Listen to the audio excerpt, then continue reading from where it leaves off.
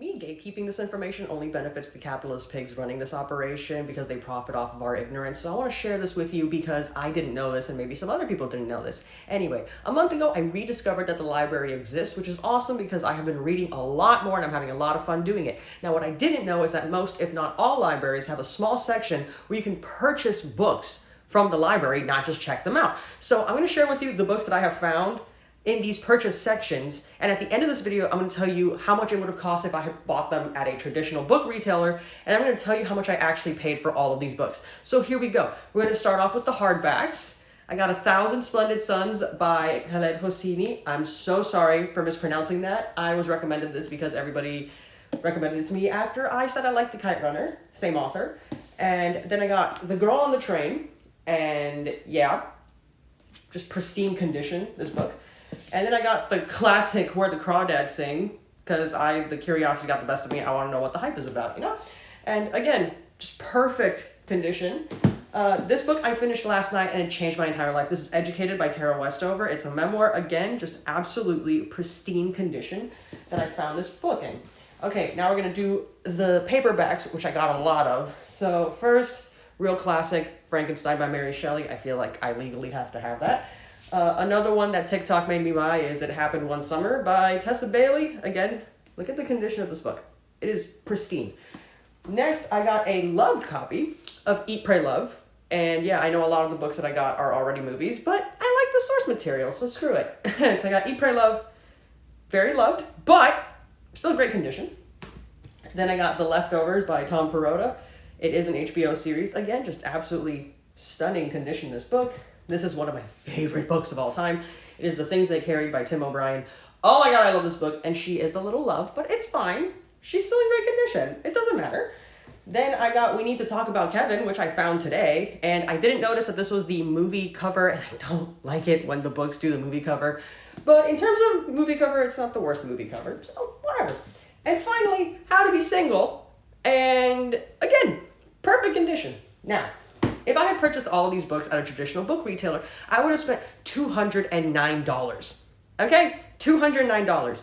All of these books, 1, 2, 3, 4, 5, wait, 1, 2, 3, 4, 5, 6, 7, 8, 9, 10, 11. I got 11 books for $12 at the library. And I don't have to feel bad about spending that money because it goes directly to supporting the library. So yeah, it's book thrifting. And I didn't know that was a thing. Some of you might have. I didn't. I'm letting this, out to the people who didn't know that book thrifting is a thing. But anyway, that's insane. And support your local libraries.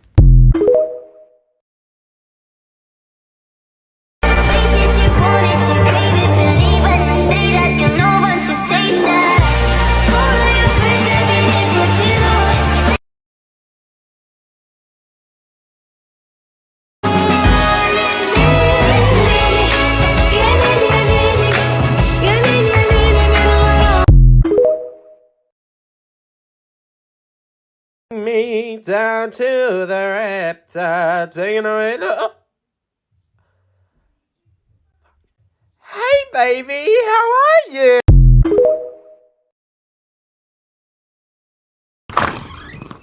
Ah, hello, adventurer. Welcome home. What's this? That's the third quest you completed for tonight. Congratulations. Here you go. What's that? You want another quest? Well, have you done the self-care quest for tonight? Haven't. What's a self-care quest? Well, I'm glad you asked. When was the last time you had water? When was the last time you ate? When was the last time you slept? When was the last time you did anything for yourself that didn't involve a quest? I thought so. Well, I'm afraid until you meet those requirements, you won't be able to take another quest until tomorrow. Why? Because I care about you, adventurer. And if you won't take care of yourself, then I will. They say the sluttiest thing a man can do is get a nose piercing and a cat. It seems as though I'm doing everything I need. Now, if anyone's free on February 14th, I'm free on February 14th. Do you lack the moxie to be a stripper but are interested in the monetary gain? When I tell you to be a clown, be a goddamn clown. I'm so dead serious right now. Everybody, I would like to introduce you to my partner, Robin. Hey everybody. Partner, what happened to working alone, Bruce? Boy, that is a small naked boy. Something wrong, Clark? No. Hey Bruce, can we just talk one-on-one? What seems to be the problem, Clark? Care to explain what the fuck's going on? I'm not sure. What are you talking about? Bruce, did you just walk into the fucking Hall of Justice with a 9-year-old? Excuse me, not 9? We'll get back to that. Did you just walk into the Hall of Justice with a 9-year-old boy in a fucking Speedo? He's my ward, Clark. I'm teaching him to overcome his trauma the way I did. Okay, Bruce, Bubby, baby, you are a white billionaire in his mid-30s walking around with a small, half-naked child and you are calling him your partner. Yeah, it's not a good look. No one's gonna think that. No one's gonna think that way, right? What did you give him as a weapon? Is that a fucking pole? I don't see what that has to do with... You gave a half-naked child a pole? It all seemed like a logical idea at the time. Yeah, so I have this really cool ability to create inconvenience. Bro, I'm gonna stop you right there. Did you just say you could create inconvenience? Boy, if that ain't the stupidest power I ever heard in my life. Ow. I had a rock in my shoe. That's weird. Dumbass power. Like, what you gonna do? Stop some... Oh, fuck. Bro, why is there not a rock in my shoe? Yeah, like I was saying, I thought you could have some, like, super strength, but no, you gotta have some stupid ass... Fuck! Why is there... Did you... Oh. I feel like I got a shit. Oh. Please, God, no. That sounds, please, really inconvenient. Between Hosier and Ghost, I can confidently say that I have healed my religious trauma and turned it into a king. How are you projecting your anger on real women? Because we are the gatekeepers. We are the gatekeepers for periods. We the only one that fucking bleed, honey. We the only ones that can give birth. How do we gatekeep something that we were never really included in or a part of? Because these versions of femininity and womanhood and gender, Black women were never really invited to that club. Not for real.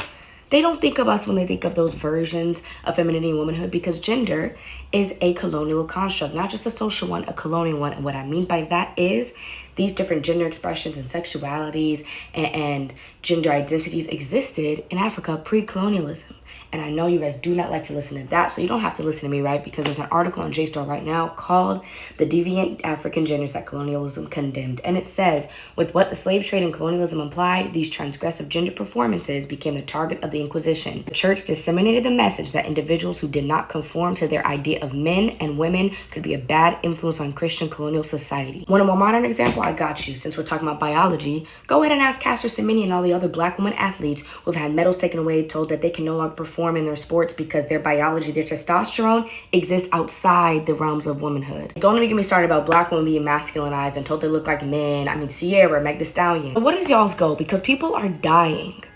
People are dying. And you want to talk about periods and uteruses and being able to have children, which, surprise, surprise, there are cis women now who don't have periods, who can't carry kids, who can't have kids. There are trans men who have periods and uteruses. So again, what is your goal? Because people are dying. Just the other day, a cis Black woman was killed because a man thought she was trans and she wasn't. Black women are 2.5 times more likely to be killed by a man. And in 2020, a Black woman and girl was killed every 5 to 6 hours. And those rates are already astronomical. But guess what? Trans women of color, Black trans women, are more likely to be killed than us. So what is the goal when we're talking about gatekeeping womanhood and gatekeeping femininity and you'll never be this, you'll never be that? What, all in a system that is designed to kill us anyways? Stand up. And trans women don't only matter just because of the connection between transphobia and misogynoir. No, they matter because they are people. They're not taking anything from us. The system is. Women who are super, super confident, where do you get your confidence from? As somebody who's been told many times that my own comfortability with myself is intimidating, I can tell you that it's not about confidence at all. It's about acceptance. Because the mere idea of confidence implies that it has to be rooted in something. I'm confident I'm a good person. I'm confident that I'm worthy. I'm confident that I'm lovable. But humans are feeble-ass creatures, and feelings are inevitably fleeting and fallible. If you cultivate acceptance instead of confidence, then you tell yourself, I am allowed to exist in any form. I'm allowed to wake up and hate my body. I'm allowed to think that I'm having a shit day. A lot of people will tell you to fake it till you make it, and then not only are you bullshitting yourself, but you're also setting up an expectation that one day you will make it there, wherever it is. Acceptance just allows yourself to be as you are, and that ultimately gets you to the stability that a lot of people seek when they try to become more confident. Jimmy, my wife's pregnant. Well, throw me in bread and call me a sandwich. Congratulations. What you gonna call him? I'm gonna call him Jimmy, just like his daddy. Well, soak me up and flip my titty. Sorry, you gonna call him what now? I'm gonna call him Jimmy, after his daddy. Well, I'll be a ball fold on a Texas nutsack. You ain't accusing me now, is you? I said what I said. I know what I know, and I know that you his daddy. Well, booty ball and drywall, you better come out and say what you saying. You slept with my wife. Well, lick my earlobes, slap my booty, and cover me in cornstarch. You a lie. I ain't no lie. I said you a lie. If I'm a lie, why I smell your gooch on my wife? How do you know what my gooch smell like? Tune in next week probably to see if I even continue this fuck-ass skit. Honestly speaking, this was a lame attempt at a TikTok.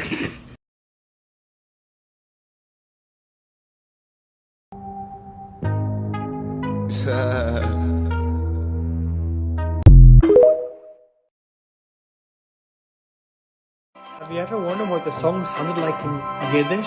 Well, begin to wonder no more because 𝗩𝗂𝗶𝗸𝗧� ja I don't know. Ganzen Tag wollt ich sich bei dir wohnen, wenn ich bin ein reicher Mann. Hand in kalten Wasser, nicht reingetan, I don't know. Ich wollte gehad ein Ďeľ Geld und gewinne Segel Edelmann.